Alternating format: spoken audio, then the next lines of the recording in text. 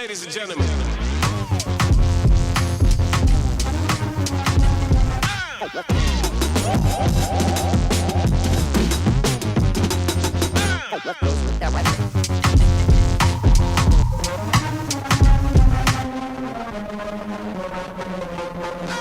What's up, guys? Welcome to another episode of the No Fun League. Today, I'm joined by Jeff Pearlman, a New York Times bestselling author. He wrote the book Showtime, which the HBO show Winning Time was based off of, which I think should have still continued. And he has written plenty of other books, including Three Ring Circus about the Kobe and Shaq Lakers, as well as books about Brett Favre, the USFL, and more. Thank you for being on the show. It is my pleasure. I am flattered that you bought my book. So thank you. I bought plenty of them. As you can see, I have way too many paper books, so I was banned from buying more. But I have like copies of most of your books either on my Kindle or in paper. But I think my first question is like, what goes into picking a topic when you decide to write a book, and what motivated you to write two about the Lakers? All right. So a couple of things. Number one, I'm very, very, very nostalgic.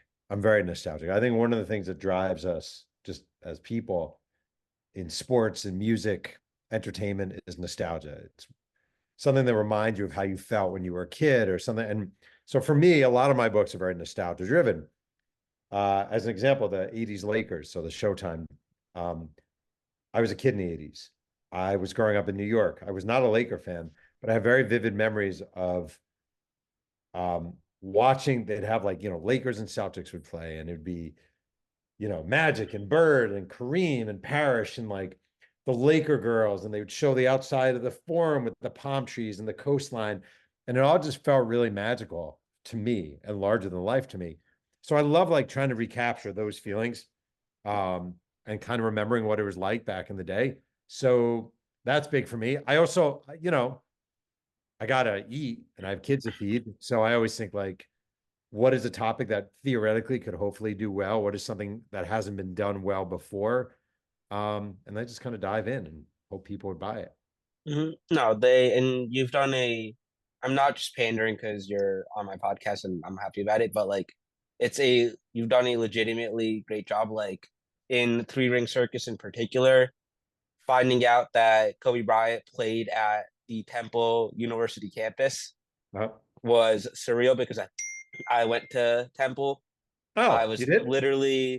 I literally was in McGonigal Hall, which is completely revamped and renovated now. But I was literally there the day that I read the part of the book where he went there for the tournament. Oh, And wow. I was like, there's no fucking way that that's real. Yep. That's crazy. And yeah. Temple guy. There you go. You're from Philly? I'm not from Philly. I live in Jersey, which being a Giants fan in Philly is a very fun dynamic, but I went to school there. Got it. I'm a University of Delaware grad, so I'm from the area. Oh, nice. Pretty close by. Alma mater of the president. Pretty cool. Yep. There you go.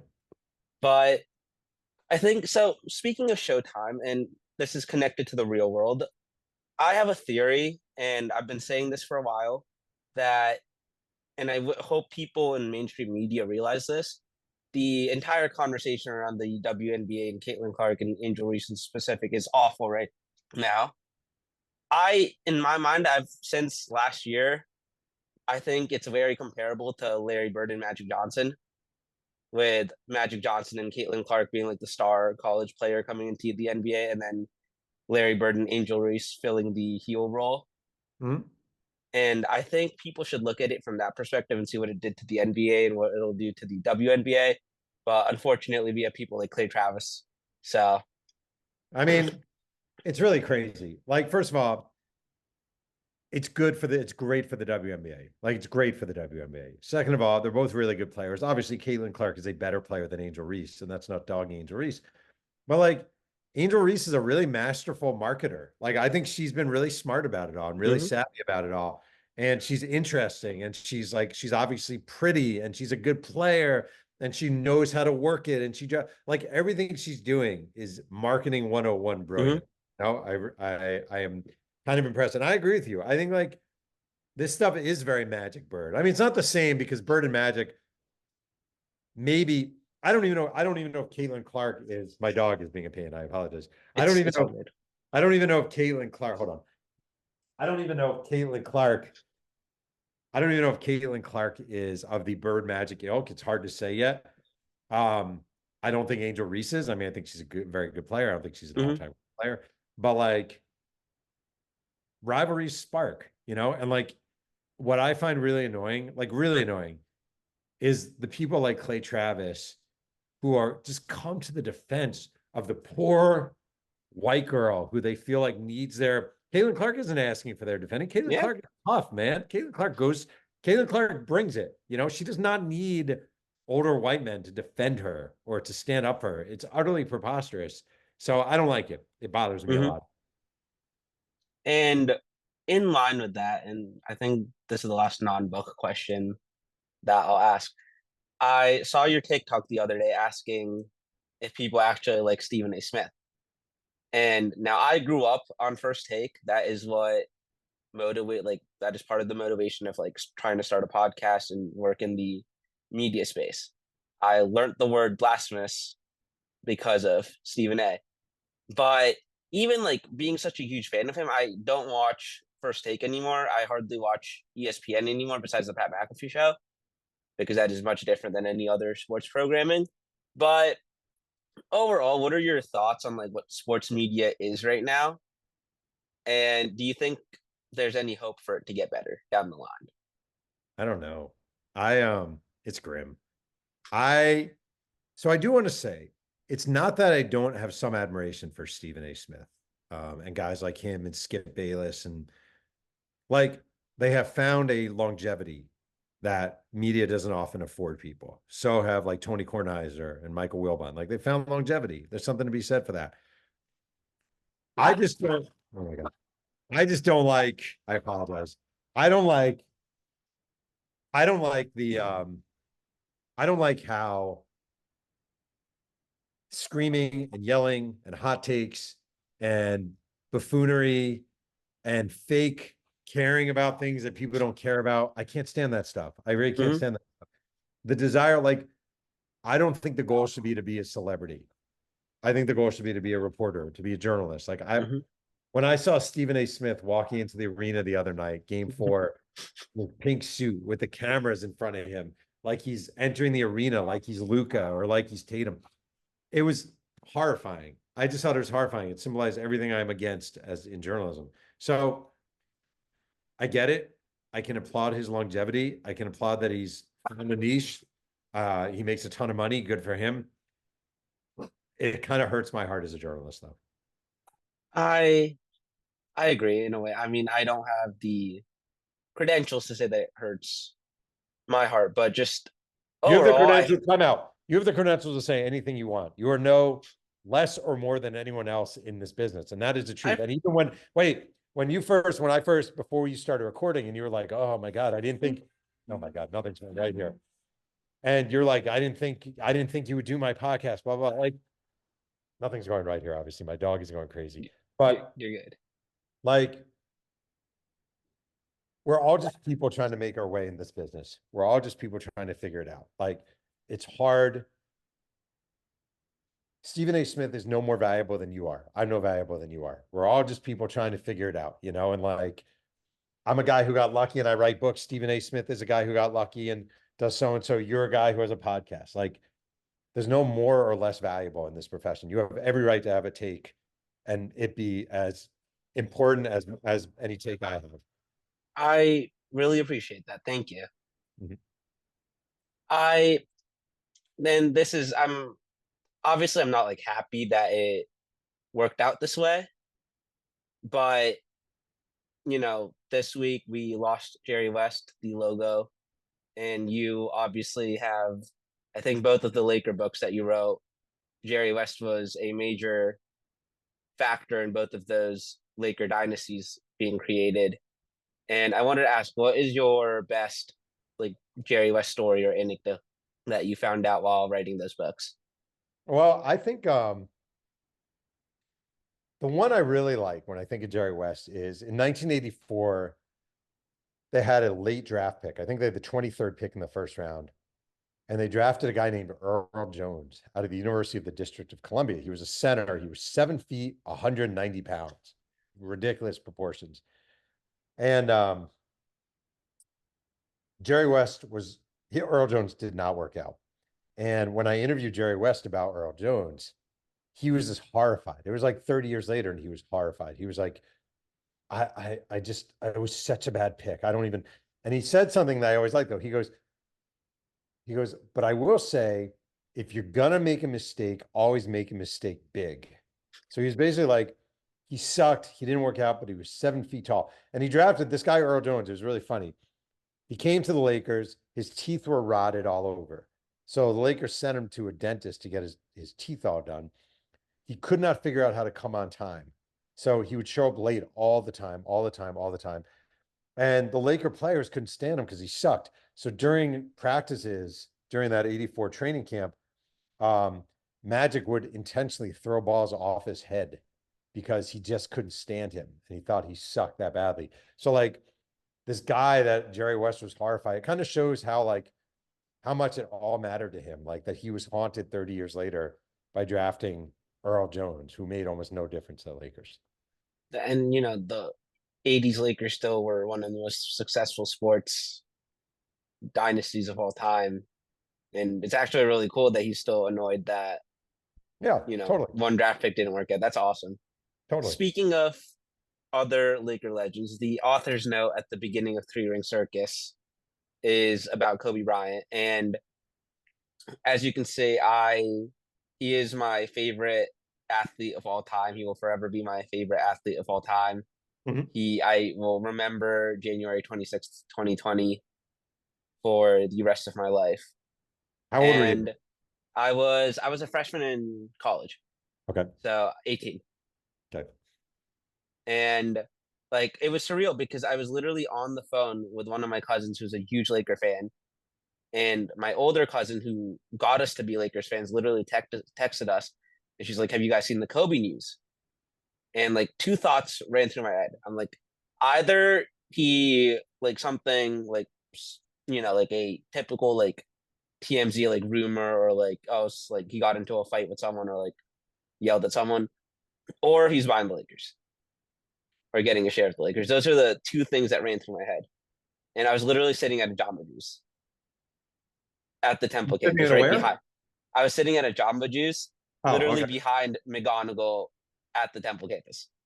Okay. And I will remember that. So like what was that day like for you? And then writing about Kobe, what is like everybody talks about his competitiveness, like desire to win. What is something that you found out during the writing process that stood out to you? Okay. So it's very, very, very interesting. I'm a New Yorker, right? And I live in Southern California now, but I moved out here in 2014. So I've been here for 6 years when Kobe died. And I can't think of another athlete who would have had that emotional resonance, his death. I just can't think of anyone who would, even Michael Jordan, or like I wrote Walter Payton's biography, Walter Payton, the former Chicago Bear, and he died fairly young, not the same. And it's kind of crazy that Kobe had that, like, it was like, it just felt like a very dark cloud came over Southern California for a long period of time. And I was like, why? What was it about Kobe? Like, what I grew up with Patrick Ewing in New York. If Patrick Ewing died, it wouldn't be one millionth of this in New York. And I think Kobe really came to symbolize doggedness, determination, hard work, busting your ass, bringing your all. Like he really symbolized that to a generation of people and to a fan base and to a region. The interesting thing in writing the book is so I reported it before Kobe died, obviously.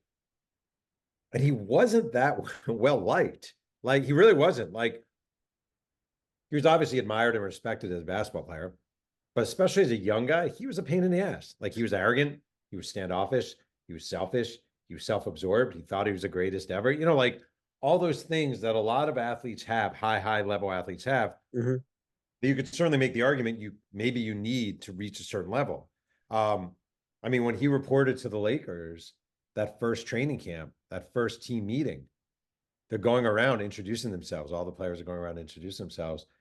And when it comes to Kobe, who just turned 18, he's saying to Shaq and Nick Van Exel and Eddie Jones, he's basically saying, he says, I'm Kobe, I'm from Lower Merion, and nobody here is going to punk me. Now, what kind of 18-year-old has that gumption and that confidence? You know, it's remarkable.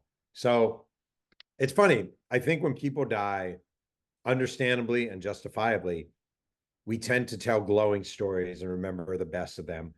He was not an easy guy.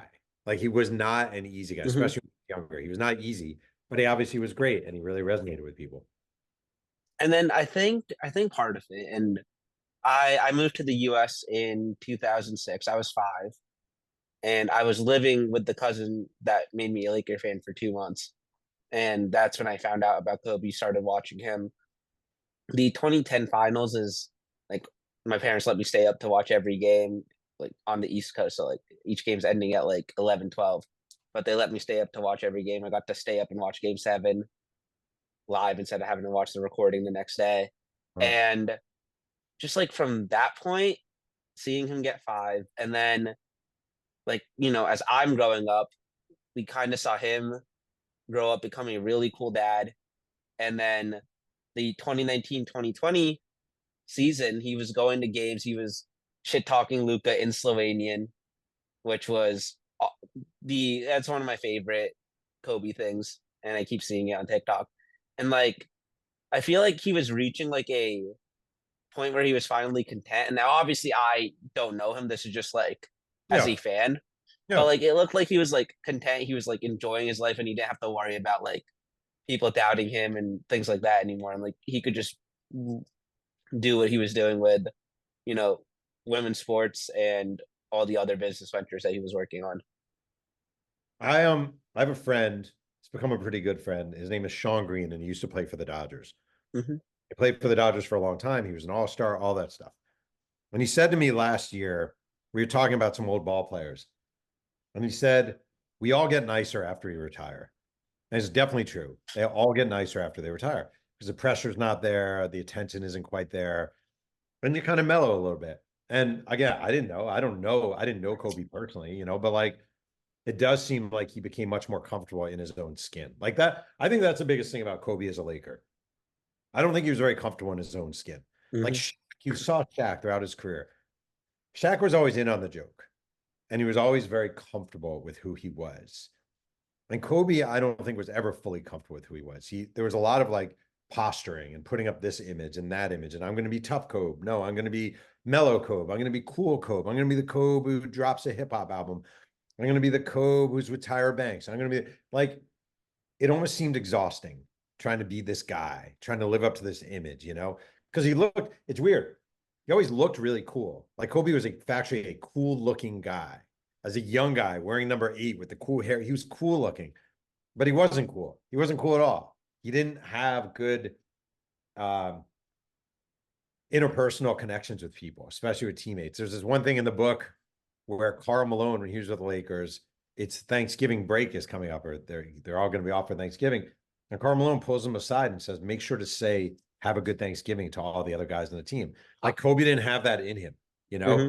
as he got older and he became a parent, he really kind of developed that. Which is super cool to like see one of the biggest superstars on the planet like grow up in front of everybody's eyes. Yeah, I think so. Which, because like, and I don't think I guess with maybe Anthony Edwards has a similar path, but like I don't like comparing people to Kobe. I But disagree. I think Edwards seems a lot more comfortable and socially aware. oh, I was more so talking about like a brash younger player in the NBA, I think not Kobe, so honest to God, I comfortable. think I think Kobe was there's a little Jordan comparison that can be made, but Jordan was much more personable than Hmm. Kobe. Like Jordan was genuinely liked by teammates when he was younger. Yeah. He became kind of an asshole when he got older. Like in a way, Kobe had the reverse trajectory to a certain Hmm. degree. Yeah. But he was trying to follow older Jordan, who won all the rings. Well, that's the thing. He really was imitating Jordan a lot. Like there's a Yeah. lot of imitation, a lot of weird, awkward, uncomfortable imitation where it's like, why are you trying to be this guy all the time? Like he clearly, Hmm. if you watch not just the way he played, the way he would lick his lips, the way he would walk, the saunter. He clearly was trying. He was very heavily impacted Hmm. by trying to be the second coming of Jordan. No, I I remember one time when I was little, I had my t-shirt in my mouth and my mom was yelling at me, No, and I literally went, "Oh, Kobe does it all the time. Why can't I do it?" you're no Kobe. And exact. That's what she told me, Mhm. and then I had to not do that anymore. Okay. But I read in the acknowledgement section for Three Ring Circus that you got to spend some time with Shaq and for the book. What was that like? And just like in general, because I guess I will have to deal with this if I like as I keep doing this. What is it like? How hard is it to stay professional? Like when you're in the presence of someone like Shaq or Jerry West or anything like that? Like, how does that mentally work? How old are you? 22. Right. So basically, what happens in your career? So I started. I'm 52 now. I got hired at Sports Illustrated as a baseball writer, almost kind of as a baseball writer when I was mid 20s. And what happened for me is at some point you have to decide whether you're going to be a fan or whether you're going to be a journalist. Hmm. You really can't be both. You can still like the games and enjoy the games, but you can't be a fan of the athletes because you're covering them. And once I turned that switch off, it was pretty easy. So for Hmm. me, I just it's not hard at all. It's 0%. I didn't go into an interview with Shaq being like, oh my God, I'm here with Shaq. Like he's just a Hmm. guy. Just like Yeah. you're just a guy. It literally zero difference talking to you and talking to Shaq. Hmm. It's the exact same thing, except I'm interviewing him. That's it. So at some point in life, and the other thing is honestly, you get older and you realize these are just people. Like truly, they're just people. They're just Hmm. human beings. West is just a guy. Jack Yeah. is a guy. They all have diarrhea. They all eat food. They're all going to die one day. Like Hmm. we're just people. So once you have that awareness, it changes everything. It just changes Hmm. everything. Stop being nervous and it just is part of your job. It's Yeah. cool. It's a great job, but I don't get nervous anymore. I haven't gotten nervous in years and years. That's pretty cool. You I lose it. in Over time, you lose it. You really do. I was definitely nervous for today. For today, Yeah. I mean, that's ridiculous. Like I said to you, man, I'm just some Yeah. guy. I'm literally sitting in my backyard trying to figure out how to write a book. It's no different. I appreciate that, but I'm just saying you have no No. reason. Oh, You're of doing a good course job.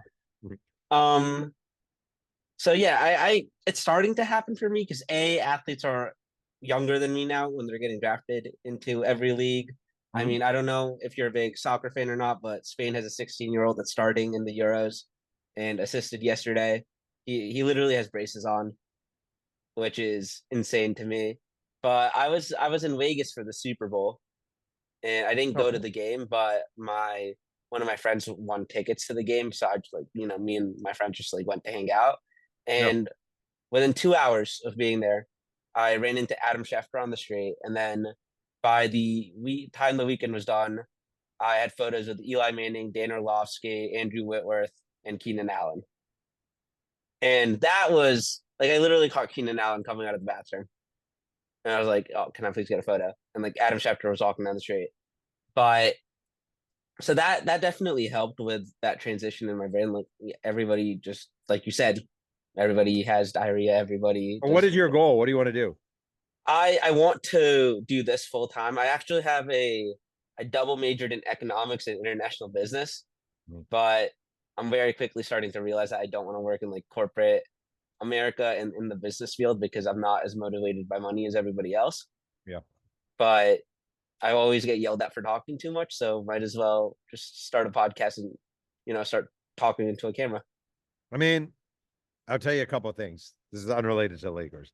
Number Hmm. one is I have literally never asked for a picture with anybody ever. And if you want to thrive in this field, Hmm. like really make a go at it, that's something you have to do too. Like you can't Hmm.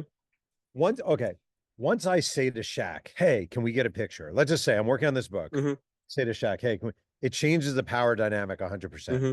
Puts him in the power. Like as I sit down across from him, I'm the interviewer, he's the subject. We are here And granted, I need his help. He doesn't need my help, but we are contemporaries. We're peers. So I'm interviewing him. Mhm. The minute I say, "Hey Shaq, can you sign an autograph for my kid?" or "Hey Shaq, can you," like, I lose that, you know? Mhm. And like, you're no Keenan Allen is no more important than you are. And the truth of the matter is, if you do this well, you will have a much longer career than Allen will in Mhm. his. So Mhm. it's just like you need to get through, like, you need to start thinking like they're just people. That's Yeah. it. They're just human beings. Keenan Allen is physically gifted. He's had a long career. He's a wide receiver in the NFL. 10 years from now, nobody will recognize him. Mhm. Is a reality, right? Yeah. Nobody will recognize him. So they're just people. Yeah.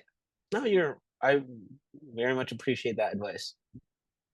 And I guess this is in hand with it. What is the most surreal moment that you've had so far in your career?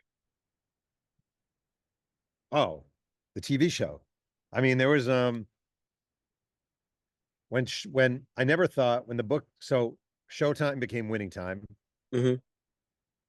I never I never even through the years I was like, well, this is never going to happen. This is never going to happen. And then 2 years ago, whatever it was, I'm on a red carpet in Hollywood, surrounded by all these actors. And again, it wasn't like I was nervous. I was not nervous at all. Mhm.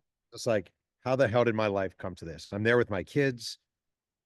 Um, like, it's my book is being turned into a TV show and it's on HBO and I'm at this premiere party. I'm smoking cigars, but then I don't even smoke cigars, but it was just like that was like the trippiest, weirdest, coolest experience of my life. And now, even like every now and then I'll go on HBO and there'll be Winning Time and there's my name and it's cool, it's like, it's cool.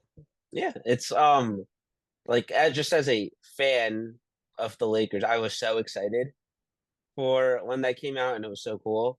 Yeah. And the casting was perfect. Quincy Isaiah looks just like Yeah, how Quincy's I great. would pick.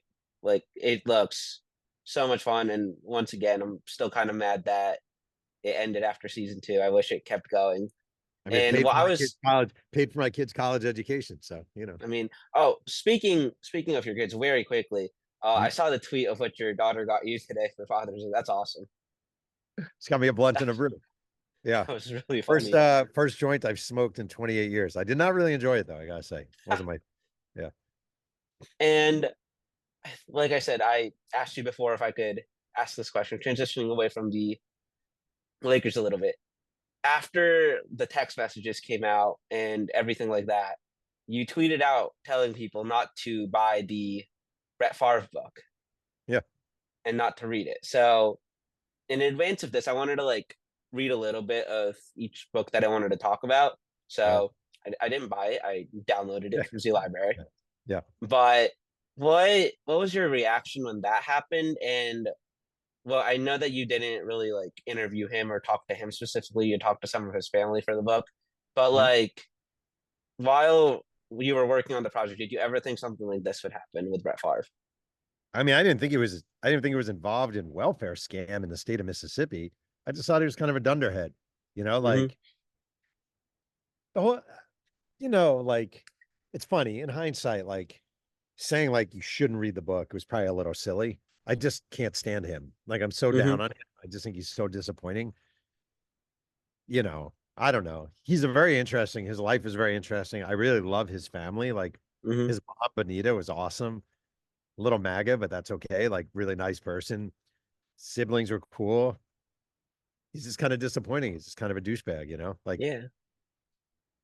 what can you do? And then he tried to see Shannon Sharp and Pat McAfee. Is that true? Did he? I didn't even know that. Yeah. Yeah. So it was Super Bowl week. Pat is at Radio Row, and like literally that Monday morning on Radio Row, he finds out that Brett Favre is suing him for defamation. You know, I don't know. You know, it's like another thing about you wanting to go into this business. Like the thing about being a fan is oftentimes you live in a little protective cocoon because you don't know everything about your heroes. Hmm. And one thing about being a journalist is you learn everything about your heroes. Yeah. So the athletes you grow up loving and rooting, and I'm not saying Favre qualifies, but the athletes you grow up loving and rooting, Hmm. they're just human beings and they Yeah. have flaws. Like I said, they have flaws and they have shortcomings. And the thing about this job is you learn about them. Deshaun Watson fixed that for me. Oh, Jeez, that's the That worst. that one that was when I started questioning everything. And I'll tell you something else. I'll tell you something else that's really important that you learn in this business. I remember years and years ago, I did a story for Sports Illustrated. The Minnesota Twins had an outfielder named Torrey Hunter, and Hmm. Torrey Hunter was awesome. And I spent time with Torrey Hunter, and he was great. And then people would say, "Oh, Jeff, what was Torrey Hunter like?" "Oh, he's a great guy. He's a great guy." Well, a couple years later, he's making all these anti-LGBTQ comments, and I'm like, "Oh, maybe I actually don't know him well. Just because he spent 4 hours with me and Hmm. gave me 4 hours doesn't mean I know him." So, like, a lot of times you're fooled into thinking that you know who these people are, and you really don't, you know? So you only know so much. Oh, 100%. I feel like that's true for everyone Mhm. Of course. in life, which I Of course. once again I think is really important for people to critical thinking has gone down immensely, in my opinion, Definitely. especially on Twitter or X or whatever I it is actually now. just had this talk with my daughter today. Like, the everything with the Gaza and Israel, right? Heaven forbid you don't offer an opinion, or heaven forbid it's just really complicated. And maybe Hmm. like you don't have a pronouncement that you need to make on Instagram. Like heaven forbid we just step back and try to read the room and understand what's going on. Like that's not allowed anymore. It's Hmm. kind of I sorry to cut you off, but I was literally talking to one of my friends about this yesterday. That there have been like 3 or 4 times where I've been on Instagram and I'm about to post something about that particular conflict, and I don't do it because I'm like I don't know enough about it yeah. to voice an opinion. I'm like I don't want to. I'm not gonna piss anybody off because I'm dumb. It's just annoying. Everyone feels like they have to have my daughter goes to UCSD, University of California, San Diego. She worked in a store. The store decided they were not going to sell Coke products anymore because they felt like Coca-Cola was too much to Israel, blah, blah, blah, blah, blah. Fine. I said to my daughter, "Are you going to sell Pepsi products? And if so, do you know who Pepsi is giving to? How about all the protesters filming with their iPhones? Do you know what kind of business Apple does in Israel?" Like, it's just so like, and I'm not saying like it's wrong to protest at all, Hmm. but just know your shit a little bit. And I just feel like Oh, a lot of people these days just jump right in. oh, 100%, 100%. I actually read a really cool article about the Olympic Stadium in Berlin and the history that that has, given that it was built in the 1930s and Hitler Yeah. was there for the Olympics, and now it's hosting the Euro final next month.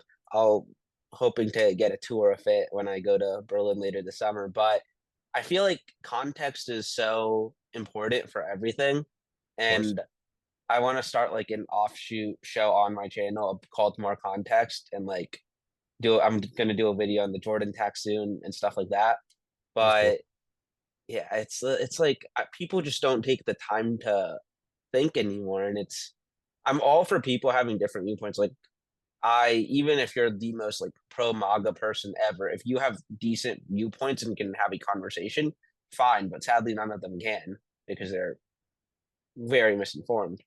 But coming back to Brett Favre and the Packers, my Yes. other question is, and this is 100% more of a just so I can get a joke off. And is there just something in the water that makes quarterbacks in Green Bay conspiracy theorists and psychopaths? Well, I wouldn't say Favre was a good, well, he kind of was a conspiracy theorist. Um, it's funny. It's funny because the only team I care about even slightly anymore from my childhood are the Jets. I grew up a Hmm. diehard Jets fan. And having Aaron Rodgers as quarterback, it reminds me of the line when Barry Bonds was with the Pirates and he left for the Giants. Another teammate of his on the Pirates said, "I'd rather lose without him than win with him." And I Hmm. feel like that's how I feel about Aaron Rodgers. Like, I'd rather not be good, but not have him on the team. Hmm. He's insane. Oh, So, it's yeah, it's a little, until him and Elon have followed very similar yes, trajectories, with my opinion of them, because I think like now obviously like showing Elon is showing his true colors, but I still think he's like one of the smartest people. of course. And like a lot of the stuff that he's done has been a net benefit for the world with Sure. electric cars and stuff like that. And Aaron Rodgers is probably one of my favorite non-Giants football players ever. Yeah. And I even like during the first like right after the vaccination thing, it was like fine, whatever. But now it's like now we've gone so far over so far over the line.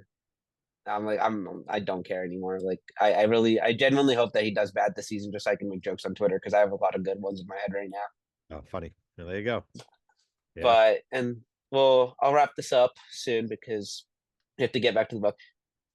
I believe I saw this on your Twitter bio. It's about Tupac. it is. That is that's very cool. I'm excited to read that because I know very little about that entire thing. Hopefully I don't, But I'll try my best. no, it'll be good. If your track record is any indication, it'll be very good. My last question is like just as a author, so my parents, for context, and I bring this up to them when they tell me not to buy books anymore. They made me read books on Saturdays before I could play video games or watch TV. I had to read for an hour. Yeah. So I solved that by getting up at like 7 reading and then waking them up at 8 on a Saturday and telling them that I was done. And like, since then, like before I got like a phone or anything, like I used to read for like an hour or two before I went to bed every day. I still read a lot. What is like, as an author, like do you still read a lot of books? Do you still enjoy reading? And if like you do, what is like the best book that you've read in the last year or the most foundational book, if that makes sense, Well, that you I read? love, yeah, I love reading. The problem is not problem. When you write a book, you're usually reading about the subject you're writing about. So for the past 2 years, pretty much all I've read about is hip hop, Tupac, Baltimore, Marin City, different places he's from. My pleasure reading is pretty minimal right now. Hmm. Uh, Probably the best book I read over the past few years is actually an encyclopedia called the Tupac Encyclopedia. It's this awesome, awesome book um, that I love and live by. I've read a lot of books about I mean, basically every book I read right now is about Tupac in some Hmm. way, or form. So my favorite book of all time is the autobiography of Malcolm X, which kind of changed my life. Grew up in a very Hmm. small white town in upstate New York, kind of opened my eyes. But the problem with writing books truly is you're always reading about what you're writing about. Hmm. Yeah. That I feel like that like longer form because like that's basically I get that, and I feel like down the line I'll read a lot more book. Like my sister makes fun of me for reading nerdy books because the majority of what I read on is either nonfiction or spy novels, and the spy novels are just for fun, but like nonfiction stuff, like a lot of it is stuff that like I want to talk about and most likely use in content that I make later. So I understand that on a slightly smaller level, Yeah. but that that must be. I really like the. I don't think I have the attention span to like ever sit down and read a whole book, which is why I think the people that can do it are so impressive. But the I was going to ask about this as well. But what is the process like of writing a book and the research component of it in particular? Like what goes into identifying what sources to use and not use and things of that nature? I mean, that's a pretty big question, but Yeah. it's I mean, I try to call everybody and I build libraries. Like I basically build what you have to do is build a library. Like literally sitting here outside, here's some of my crap. And like I build these giant libraries of every book related to Tupac you can imagine. Then I'll go day by day through newspaper archives until I have thousands and thousands of articles. Then I'll go through and find names, anyone, classmates, old school, old yearbooks. I'll go through the liner notes of his albums and I'll just like, all right, call that guy, call that guy, call that guy. So I've interviewed well over 600 people for this book where I just call everybody. And then you start losing your mind because you're disorganized and disheveled and you can't think straight. But it's really just like lassoing in everything, every source, every person you can find, and then trying to make sense of it. It's a fucking nightmare, I but mean, but I love it. yeah, that's like I graduated last year. Mhm. I worked at a finance firm for about 5 months before I realized that I was miserable and I would rather do anything else. And that's like the thing that I miss most about college, which I'm starting to get back with doing this, is the research component of doing things. Like I wrote 2 papers last year. One was about if hosting a global sport event is economically beneficial for a Yeah. country, like a developing country like Brazil. And the other was if spending money in the Premier League or like in European soccer actually helps you win. And by far, like the two coolest things that I think I've like written or done in my life project wise, Yeah. just because of the research component. But I'm sure if I, talking to 600 people, that is a lot to do and a lot to keep track of as well when you're trying to compile it all together. It's a nightmare. But It beats working, but it's a nightmare. I mean, that's why they say if you love what you do, it's a lot more fun than it's a lot more fun than trying to sell people insurance.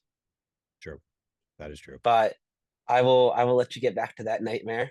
Thank you so much for your time Yeah, today, my pleasure, and man. this is really cool. Getting to hear Kobe stories and Laker stories is always going to be phenomenal. All the advice that you gave and the answers to all of the other questions was really fun and exciting. Thank you. Keep bringing it. Keep doing what you're doing. Thank you. I appreciate that. All right. Be good. I'll see you. You too. Bye. Thank you guys for watching. Please remember to like, comment, and subscribe. Peace.